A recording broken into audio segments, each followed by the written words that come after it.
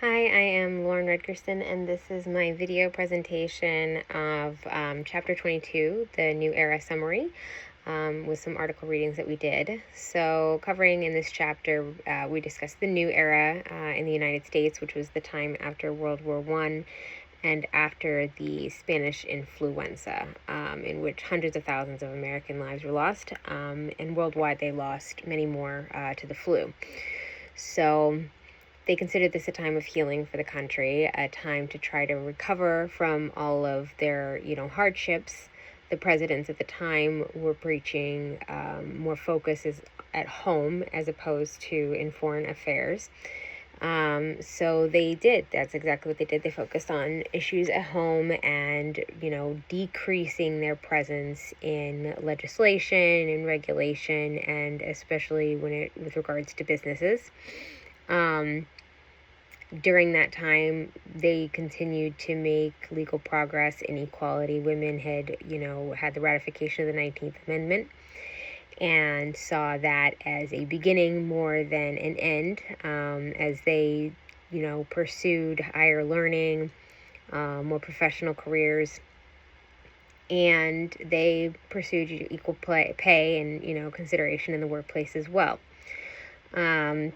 Their roles at home were changing. The flapper trend became, popular. They had, haircuts that were different from what had previously been popular for women. They were doing the bobs, the short hair. They were wearing different fashion, listening to different music. And this was sometimes hard for the older generations to or more conservative members of society to understand.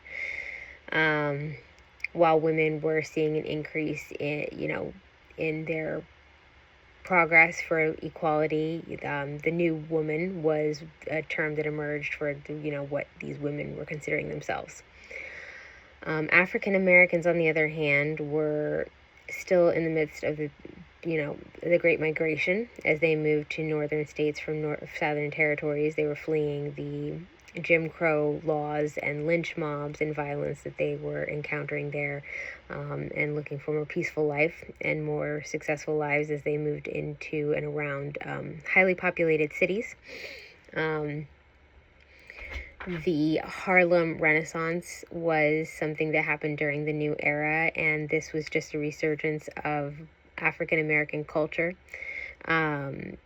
Some of them were arguing for a return for, culture, African culture itself, regardless of where you reside as a country. Currently, they felt that was sometimes, could be considered the home, and many different things came out of that time period in Harlem. During this time, the Ku Klux Klan resurged in popularity. Immigration was steady continuing after the war.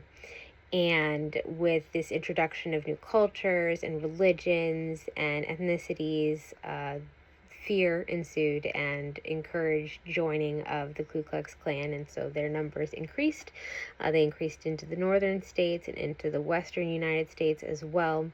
They began, taking act in government and being a part of government decisions. So this was a bit of a step backwards for, equal rights for African Americans, and, was not the best thing for the country, obviously.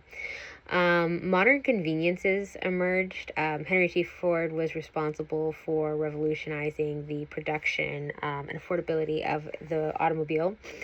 With automobiles came even more industries for gas stations in support of those cars, auto mechanics, tire dealerships and manufacturers and the like. So this increased jobs in the United States. It increased convenience. People were able to settle outside of cities in what were suburbs, and travel farther for work, and live outside of the cities where they did work.